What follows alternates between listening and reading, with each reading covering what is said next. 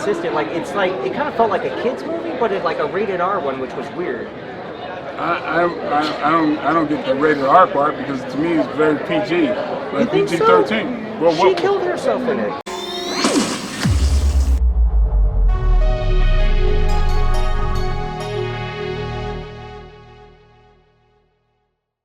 Hey guys, I'm very excited about this video. My guest, martial arts movie legend Michael Jai White, who's been a popular topic on the channel, but so thankful that he sat down with me at Alan Goldberg's martial arts event, the Action Mega Weekend. So I got to give a special shout out to Alan, Sifu Alan Goldberg, who is also now a knight. He's a Sifu knight. But anyway, thanks Alan for helping set this up with Michael Jai White, and of course thank you Michael Jai White for being generous with your time to sit down with me. But in this video, this is part one. I'm going to release another one later. In this one, we're going to talk about Blood and Bone 2. Like, are we going to get that sequel? That was a great martial arts film, but are we going to get another one? Going to talk about Welcome to Sudden Death. Check out the video I did on that. Does Michael Jai White even like Welcome to Sudden Death? We'll kind of like break a few things down with him. And then also his studio, Jaigantic Studios. We're going to talk about that. But anyway, if you like this kind of content, please help support the channel by hitting the like button, subscribing, sharing the video. And by the way, for more Michael Jai White, check out my buddy Elijah's channel, YouTube channel named The Lotus Discovered. He also interviewed Michael Jai White after me. He's talked about completely different stuff, but it's an amazing video. It's an amazing interview. So linked in the description below. Please help support his channel as well. Thanks. All right, Michael, thanks so much for joining. Thanks for having me. Viking Samurai Podcast. You're like, where am I? So let's jump right into it. Okay. Blood and Bone. Can we expect a sequel? Yeah, you can expect one.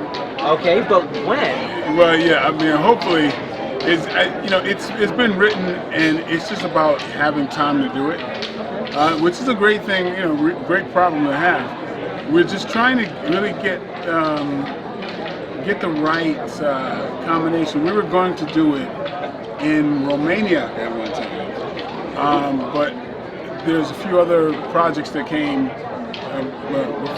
before that, and so hopefully somewhere, maybe the end of 2022, we might be able to put that on the docket.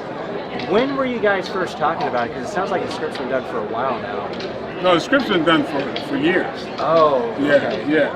But yeah, it's and at one time it was going to be myself, Scott Atkins, and Dolph Lundgren. Okay. Yeah. Pretty good. So, yeah. It's a mini Expendables movie in itself right there. Right, yeah. Okay. Let me ask you this. Sheldon Luttich told me that you actually directed Welcome to Sudden Death. So Michael directed it. I didn't see it. No, he didn't direct it. Some television director dude did. Actually, Michael directed it. Well, he did like Never Back Down too and stuff like that, but Michael told me he directed it. Well, so maybe he like did, but not get the credit for it. Maybe he kind of pulled the Stallone Cobra thing, right? Didn't Stallone kind of behind the scenes maybe direct that, even though Cosmatos is listed? Even though obviously you're not credited as director, is that true? Well, I can't. I mean, I can't say I did. No, I was very influential in it. Yeah. Were you happy with how it turned out overall? Honestly. No, I can't say, because I would have cut the fight scenes a bit differently.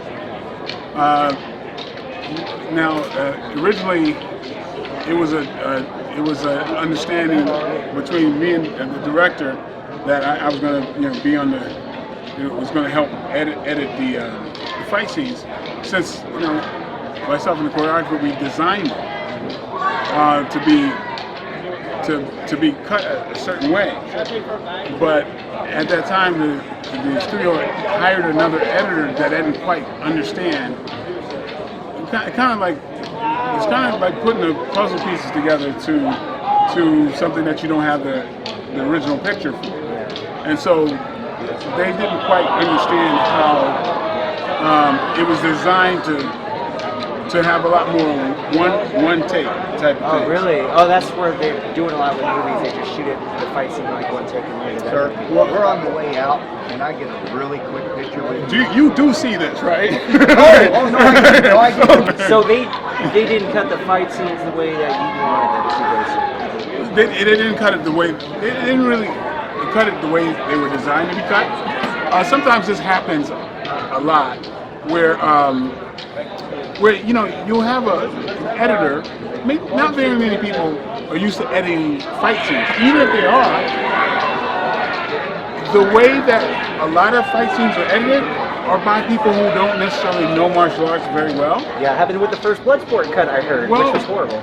Well, there's a certain style to which, just like in Flashdance. Ladies and gentlemen, we have our winner for the 1,000. Dude, unplug his microphone. Where's that knife taser thing? I know. I've been playing with them all day. Okay, yeah. So I don't know what I was talking about at this point. So you got dance movie or so like okay, like say Flashdance, and Jennifer Beals wasn't a trained dancer. You have to create the dance sequences in cuts. Oh yeah, sure. So if you've got somebody like like Joaquin Phoenix is a fighter or something, you got to create cuts or whatever. Because And Michelle's here. She's won the painting. but like someone like Fred Astaire, you just shoot it. And so, but the editor knows to just keep cutting because they have to kind of cover someone. What they're used to doing is 95% of the time, they're used to trying to create the action by cutting. Yeah, sure. You know, very much like Born Identity style. Oh, yeah. So that became like, yeah, we got to do this to create the action. 2 more prizes coming up. So The they Sports Karate Museum. default to that. And again, 2 free dinner To tickets to just the Sport Karate making a lot Museum of annual cuts. event, roast of Judge Roy Corbin on October But 8th. the educated audience wants to see people actually do the maneuvers. Yeah, they know what to do, like you, for example. Yeah. So the editor didn't quite See our next understand. prize. See? Yeah. So that's kind of like. Angel Gonzalez. Is Angel Gonzalez here at the venue? It's like bingo is happening. You know, I thought the film was like inconsistent. Where the beginning was pretty badass, establishing your character, and then it kind of got into almost like a zany comedy type movie with your sidekick, I guess is what you call him. And then the villain was kind of like over the top. You resulted in the destruction of my life, including my family, and destroying the lives of my team. So my basic summary, no disrespect, was like he deserves to be in better movies. That was like basically my review summarized. Well, yeah. Well, that movie, it was designed for that. It was designed for, it's like the warm and fuzzy, hero dad type of thing. We're going to sit down and have breakfast and talk like a regular family. And those who might have followed me in it's a far cry from Blood and Bone, where I'm playing a really hardened character.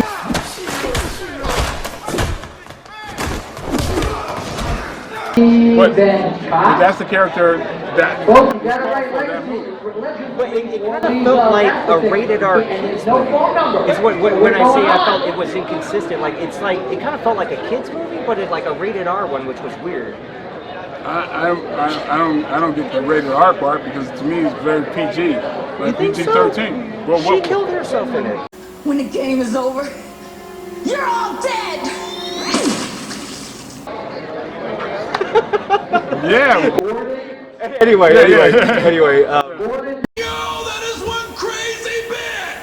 I mean, What was the motivation behind creating Jaigantic Studios? Is so you get more control over your movies, or what? Or was it a different motivation? well, I've been producing. And, Yeah, you tell that dude you did 7 movies. He's like, oh, you got it? Yeah. So that's just the natural flow of things. What I intended to do a long time ago, I actually was directing things before I even was an actor. So Like what kinds of things? short movies, things you like did a that. bunch of short films? Yeah. Oh, okay. And so I mean, some of them I put out on Instagram and things. When I was, I did that recently. That was cool. Bill Gibbons in the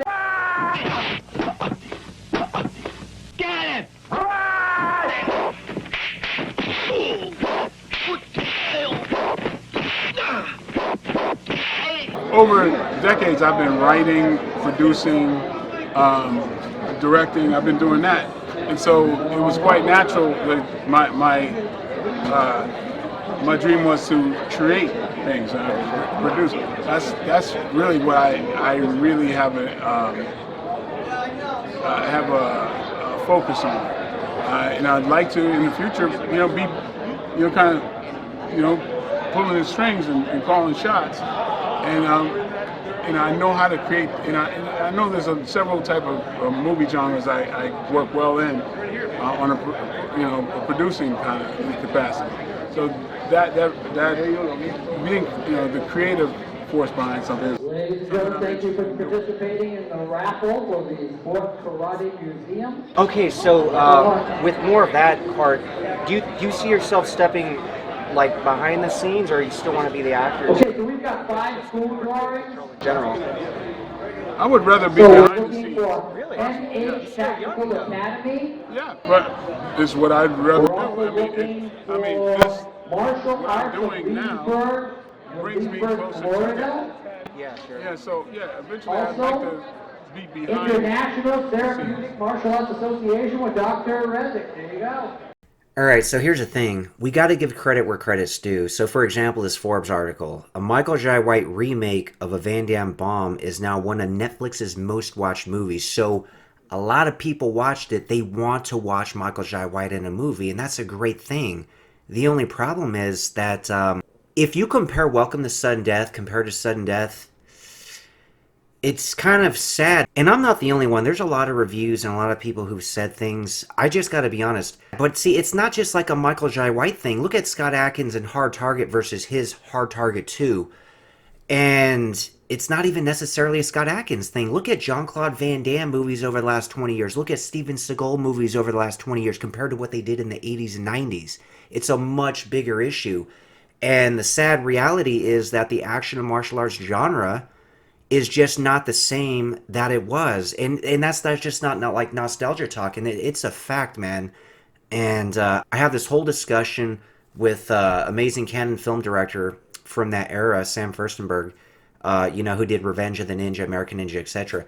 A lot of it has to do with the economics of the business. Now, that's going to be a future video we put out because it's a very interesting topic. But now, with that said, over the last 20 years, there have been a few diamonds in the rough. Like Blood and Bone, in my opinion, was a great martial arts film.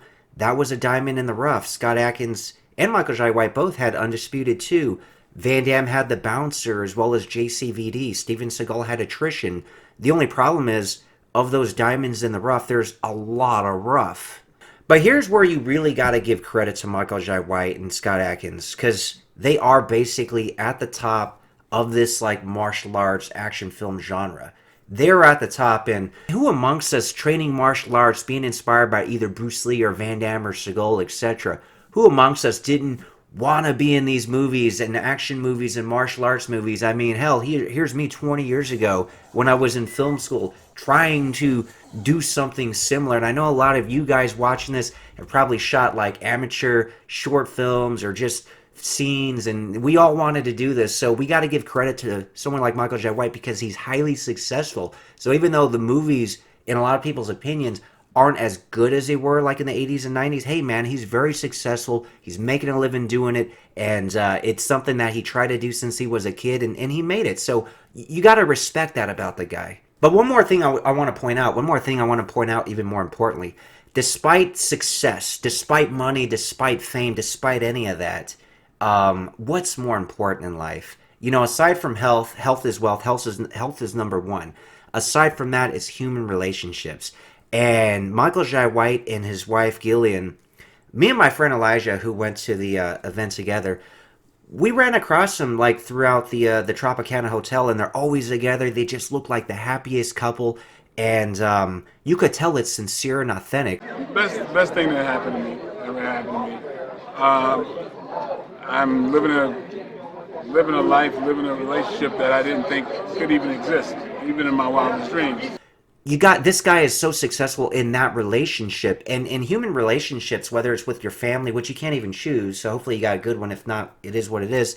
With your friends, or with, like a loved one, an intimate relationship. So if you have a good relationship with people, you're successful, Because it doesn't matter like if you win the lottery and you're a millionaire or a billionaire, if you don't have like a tight relationship with somebody that not somebody that wants to use you if you have all that fame or money, but like a real legitimate relationship, that's more valuable than anything. In fact, I was actually very happy that my buddy Elijah, I've known him for over 20 years, but he lives in another state. We don't see each other that often, but we got to catch up, over the weekend. And it made, for me, Goldberg's event was amazing, meeting all these guys, but honestly, it wouldn't be the same unless I had him to go with. It was incredible catching up, and, it was just like, it doesn't matter if I haven't seen him in years. We pick up like, we seen each other yesterday. It was a great experience. So, that's key. Make sure to check out his video, basically kind of talking about Michael Jai White in his relationship with his wife and other stuff. So, again, his channel, his video is linked in the description below. You're going to get a whole other side of Michael Jai White, and it's a video about like the real success, in my opinion, that he's got going for him. Michael Jai White and Gillian. I look at them and I think this is proof that this is a thing that is creatable. You can have a beautiful, amazing family and have a great relationship, and you can continue to create and make great things. And you can really have it all. It really is possible. And I look at that, and that's what I want.